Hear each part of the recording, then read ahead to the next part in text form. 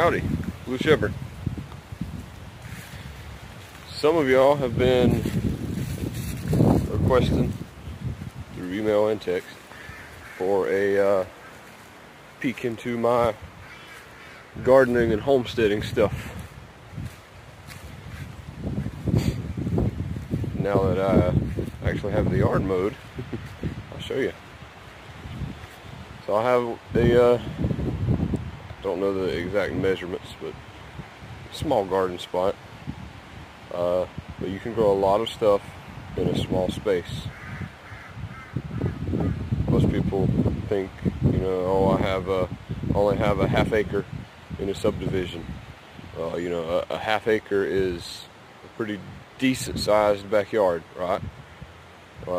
If you have a half acre, you can grow enough food to cut your grocery bill in half year round. If you know what you're doing, know how to grow it, know how to preserve it. My garden spot is by no means a half acre. When I was a kid, we had a half acre garden, and we ran it hard. We worked that land. We had it set up good. My parents, my father was the son of a tobacco farmer, and they grew their own vegetables, and his mother canned their vegetables, and my grandmother, and they froze whatever. They made sure they preserved their food well. And so he knew what he was doing, and my mother was a very hard worker, so there was little learning curve for her. And so all my life growing up, we had that garden. It was a little over a half acre, and eventually we expanded it and it was bigger. But the way we grew it, there was always an excess of food. They were always calling people, letting people come and like pick stuff out of the garden. People from church or friends, family, letting them come and pick what they wanted. We were always taking stuff that we picked ourselves and taking it and giving it away. There was just so much stuff. And on top of that, we were canning. Like in the summer, we were picking and canning around the clock. You've heard me talk about that if you've read any of my emails or listened to any of my discussions about growing up on a farm. But my garden spot is tiny. I have a tiny garden. I'll show it to you. See that? Not very big at all. But in this tiny spot, I probably have close to 30% of the total plantable space planted. I could plant way more than what is in there, and I'm going to. Just trying to keep it rolling with the season. Right now in this spot, we have cabbage, butter crunch lettuce, probably 20 onion plants, 20 or so rutabagas, tomatoes, broccoli, some carrots, some radishes, all growing right here in this little spot, which is maybe 2 to 4% of my total area, developed area that I could be gardening right now. But it's all in what you do with what you've got, how you work the land you've got. This fence that's around it, I actually got this as a fence to let chickens graze, and I had it for that purpose, and it actually came in handy because we had a rabbit attack. We had rabbits coming in and eating the lettuce, and the cabbage, the broccoli, they were eating it off to the ground, and stuff was disappearing. So put this fence up, and it seemed to immediately solve the problem. But yep, you see there, not a big garden at all, very small. So far, the lettuce has been coming off for about 2 weeks now. That's southern terminology, by the way. Coming off, that's what you say when your stuff is ripe and you're getting to harvest it. Oh, it's coming off good, coming off real good. The lettuce is coming off. The broccoli and cabbage will be soon to follow, and the tomatoes already have blossoms. I have those. I have other stuff planted around my yard, you know, not just in the garden space. Last year I grew all of my tomatoes in the flower beds around my house. This year I don't have any in the flower beds around my house. But, by the way, tomatoes and onions get along very good. They like each other. Tomatoes and onions. Beefsteak tomato, Cherokee purple. And each pot has 3 onion plants in it.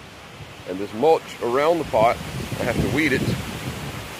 I'm growing onions in the mulch. I'm also growing onions back in my back pasture, which is a, I guess you say, it's a wooded area, kind of. So I've got that going on. Now here's my messy workspace.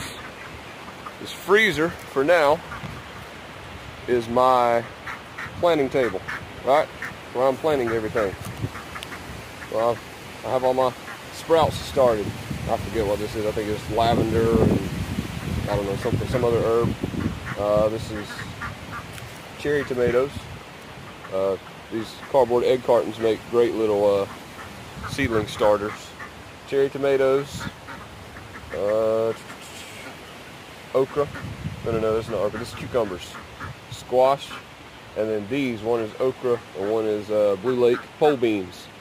So I'm starting my sprouts right here, and that's what I've done with some of the stuff. Sprouted it and then planted it. I have some habanero seeds that are sprouting. I have some spinach seeds that are sprouting in containers. And that little workspace area is where I do it all.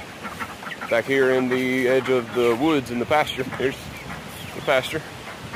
If you ever followed me on Instagram, then you know this was my shooting range. See, put random stuff out here to shoot at it. Random junk. But this is my mustard patch. Growing mustard greens in this small little torso-sized area. And like I said, I have onions planted around out here. You can see some over there. I don't know if you can see them from here, tell what they are. But the onions are just growing out in the sun naturally. And I'll just come harvest them whenever they're ready. Here's our poultry operation. Yeah, all these birds. I've got some more birds brooding in the barn over there. They're not ready to come outside yet. Got the area prepared to build a run yard right here for when those birds get older. They'll have somewhere to frolic around. Hopefully I'll have a good egg production. So why am I doing all this? Why am I doing all this? Well, part of it is because I think it's a very wholesome, very good and natural thing to do. But the other part is twofold financially. Financially twofold. One, to save money, to cut costs on my own expenses.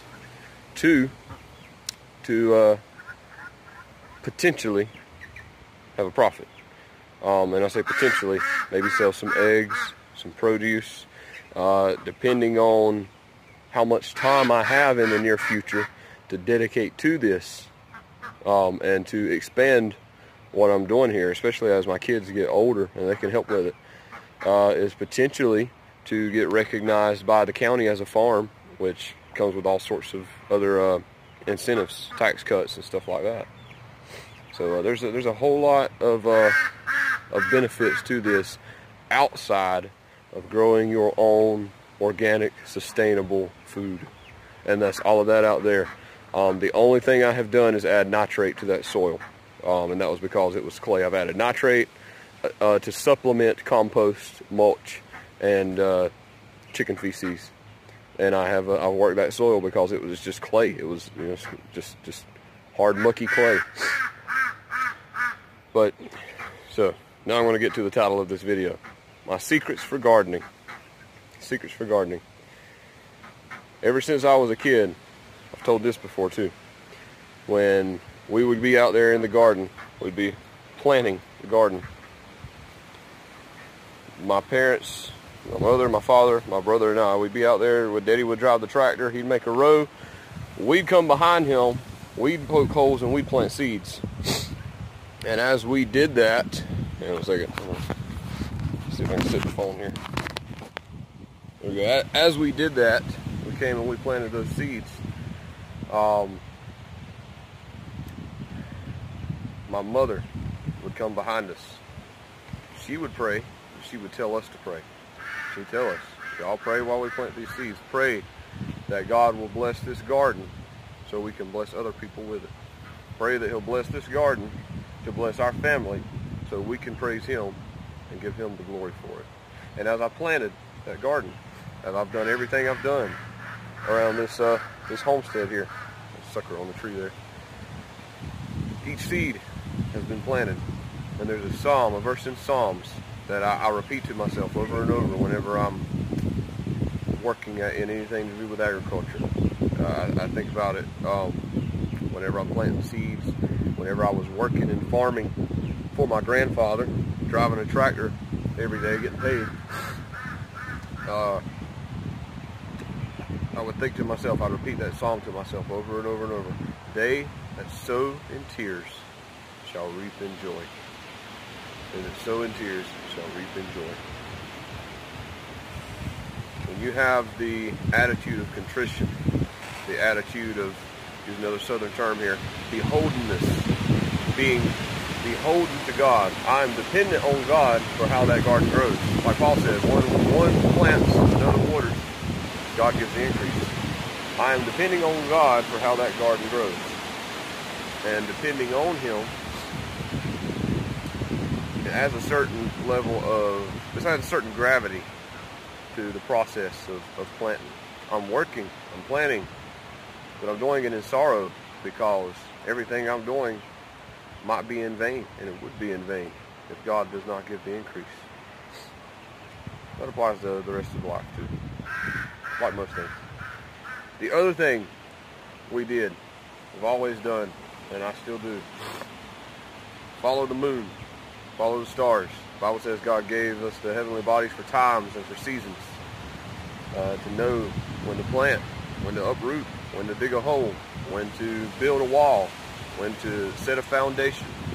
And when you follow, we would take the almanac growing up, and it would tell based on the moon phase, whether the moon is waxing or waning, what stage it's in, where the constellations are at the time. All of this stuff has an effect on the earth. That's scientifically proven. Even the tide is affected by the moon. And when you plant these things, sometimes they're better, sometimes they're not as good. But by my own experience, both as a child and now as an adult, I'm a firm believer in planting by the moon. And you can usually find a decent almanac somewhere that will have, if you saw one back there on my workbench, I use that one. That's the old Farmer's Almanac. I also like the Farmer's Almanac, the orange one. I kind of like the other material in that one better, but the old Farmer's Almanac has a really good calendar and planting system in it. The other thing I do is in that almanac, the almanac is also my agricultural journal. On the days, I write what I plant. I write which plants I planted on this day. I write when they germinated or sprouted, and I write when I harvested the first harvest. And that way I can keep track of what's actually coming through, what's actually good, what's actually working, and what's not. If I have something that I plant that doesn't go good, then I go back in that almanac and I go to where it was, and I write where I planted it and what kind of condition the soil was in when I planted it, whether it was wet, whether it was dry, whether it was clay, whether it was loamy, whether it was sand. Keep a record, keep track of it. The other thing that's good to do, especially with livestock like that, is keep a record of whenever you have predator attacks or attempted predator attacks, like you come out and you find dig marks, diggings around your chicken coop. You keep a record of that and you will notice a pattern. I kept a record of it with coyotes when we used to have goats. My parents used to have goats, and it never failed. There were more attacks, more predators out and about in the middle of the waning of the moon, as the moon was going down. I'm not really sure why that is. My own theory, you kind of think that maybe there's this urgency of we have to hurry up and hunt while it's still light outside. You know, the light's going away. But so just you keep records of things, keep track of things, keep score, pay attention, and you will notice patterns. You'll notice stuff. The other thing is work. Work. It does not matter what you plant. It does not matter how good the soil is. It does not matter how much of a start you get off to. Gardens, like children, reflect the care that they are given. I forget who it was that said that famous quote, but the care that you put in is exactly the return you'll get out. Just for gear purposes, this is my G-Shock, my Casio G-Shock. I believe it's a M100. I wear this watch all the time. This is my work watch. Right, unless I'm dressed up to go out on the town and go to church or something, I've got this watch on. My hat is a Kakadu, Australia. I believe it is a Kakadu Colonial. Australian leather, cowhide, made in Australia. Or no, made in China. Genuine leather product of Australia. Ordered it from Australia anyway, that's where it came from. My shoes. These shoes are good. There's a review coming. I want to do a review of these. These are Rocky sandals. I forget the product number and the name. They're some good shoes. I'm going to do a video on those soon. I'm Shepard.